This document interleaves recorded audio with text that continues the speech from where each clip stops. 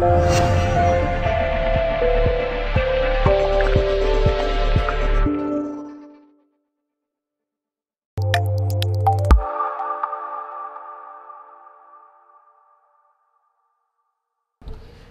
Jim, a game of two halves, I suppose. What was your view of that one today? I was really disappointed with us first half. You know, it was difficult. Apart from the injury, we didn't want to. You know, I did consider changing the shape and changing a few personnel, and that might have been tough on a few players who were involved in a great win. So what we felt is that we just make the one change that we had to make. Obviously, a bit disappointed to see Darren Stevenson injured after Tuesday because he seemed fine to us. So that was a bit of a blow on Thursday, and then obviously he's not recovered sufficiently to play today. It meant that we had to kind of rethink a few things. But I think the bottom line is that first half we just lacked the aggression and the energy to impose our shape upon them. And then once we sort of played on the heels, they dominated the game and picked holes in our shape.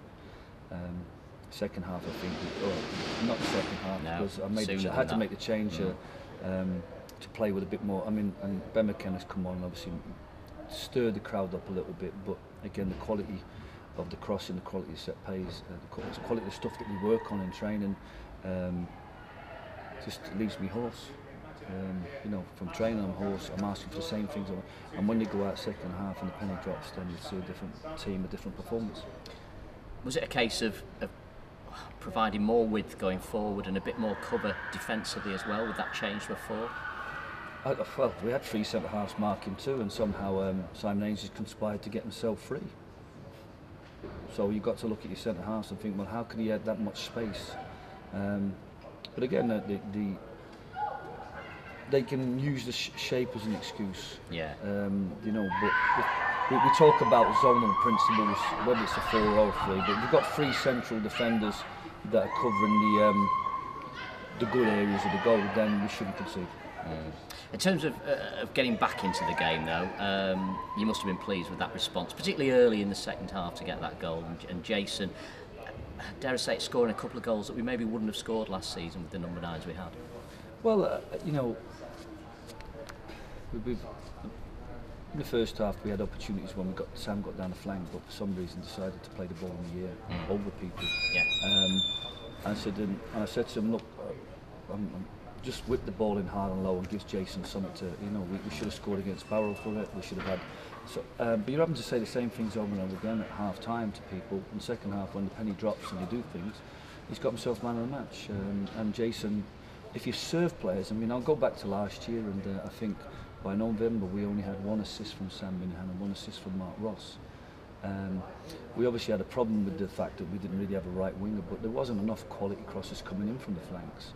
And if we're loading our shape and Sam Minahan's playing as an acting right winger during the first half, we didn't get him in enough, but when he did get in, then he's got to deliver quality, and when the quality comes in, Jason will score.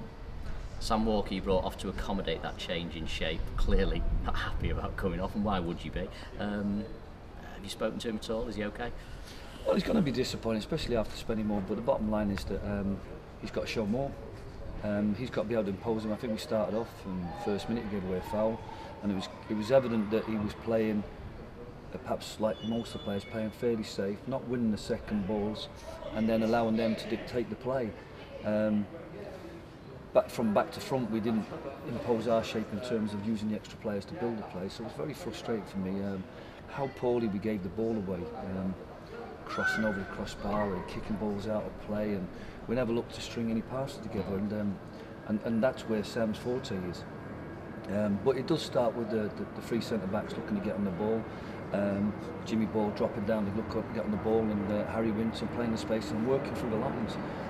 We've seen glimpses of it second half when we open up for free kicks in the halfway line. I don't want the lads booming into corners and fight balls and then playing off seconds.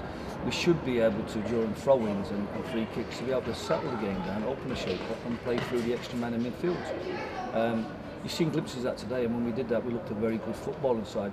When we didn't do that, we looked like bereft of ideas, and we just chipped it to the keeper and kicked it out of play. So biggest qualities as a coach is that you've got to be patient and persevere, and I think that we've got to keep working with players, but if the penny doesn't drop with someone, then obviously you have to change the players. There's some credit, I suppose, to the players that they are able to adopt different formations, different systems, and it's clear that some of that work that you're doing is getting through to them, because they are able to switch, and it was the switch that made the difference. Well, possibly. Ben gave us a little bit more width from one side, but like I said, we should be doing better in the first half, because everybody thinks we're playing 5 at the back, but we've shifted to a back 4. We pushed Sam Minahan down the right wing, so we've got 2 centre forwards, 3 midfielders and a right winger, and yet we can't pick up the ball on the right hand side. So we shifted our shape, but if Harry Winter and Sam Walker and Jason really played with Matty in first half, and then Harry Winter and Sam Walker and Sam Minahan really picked up the ball. So if you've got that aggressive shape on one side, we've actually overloaded to one side and we're not picking up the ball. Then the danger is that they'll figure out how to get the right back out and cause us problems. But it was just, like I said, poor application in the first half, poor quality, and I think that was a really disappointing thing. A little bit like Spennymoor, we never really imposed ourselves in terms of what our strengths are on the opposition, and when we did have opportunities to deliver quality, we didn't. Second half, we imposed ourselves a little bit more. I think the breeze helped a little bit. We were able to pin him a bit. We reorganised the midfield. I'm still having to scream at players over and over again to do what we've talked about in training, do what we talked about at half time. And I give credit to likes of Matty Warburton. He started telling players what we should be doing, and I think whether you're the captain or whether you're a clever tactical leader on the pitch, we need our players to coach each other through, so that we don't have one shape. We have a shape that we attack with down one side, we have a shape that we attack down the other side, we have a shape that we defend in. We know how to, if you like, be nice and tight out possession. For me, these are basic qualities of players that play at a high level. But ultimately, what we've done today is that we've imposed ourselves in the second half and physically and psychologically matched them second half in a very difficult situation and shown our quality against a team that's well organised and now full time. Somebody else who I thought showed the quality today was a tough tackling midfielder called Jimmy Ball. Some tackles there we didn't see from him last season. How do you feel he's adjusting to this new role in the team now? Well, there was times for tackling. I think, like you said, we see with Harry Winter a player who wants to tackle, but sporadically. That's a fine. But Harry Winter wants to tackle. What I like about Jimmy Ball, he really fouls. Yeah. So he's bought into that principle of closing people down, pinching things, and but there was a couple of tackles he needed to win today, and like I said, I think he's been good in that position. I think he needs to play more, and he needs to dictate the play as the base midfielder.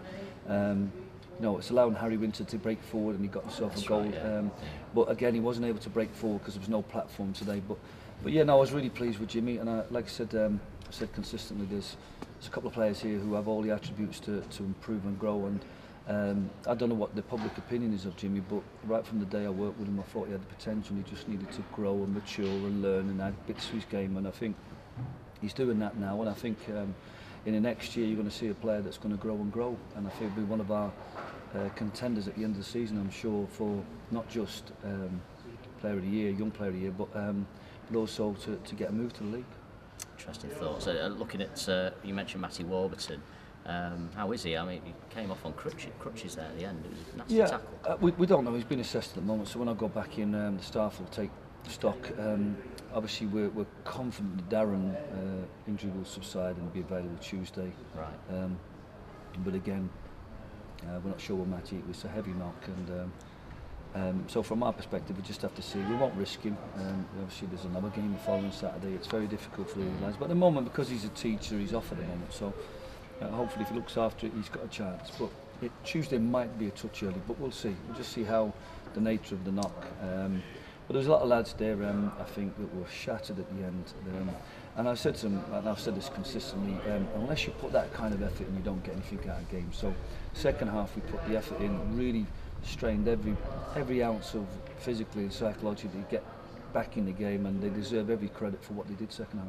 Jim, just finally, you've played a full-time team here today. You've got another one now in Salford away on Tuesday. Real tests, real measures of where you are at the moment, aren't they? Real barometers.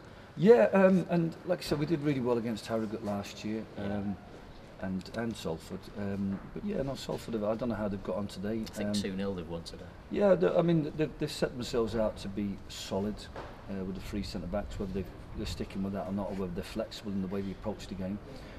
But they're a team that, over the course of the season, like with Harrogate, that they probably can be confident of adding points to the total just from being full-time, having the potential to recover from one game to the next, but potential to work on a few more aspects. But you know, I think somebody made a comment at the end of the game, just imagine what we'd be like if we were full-time.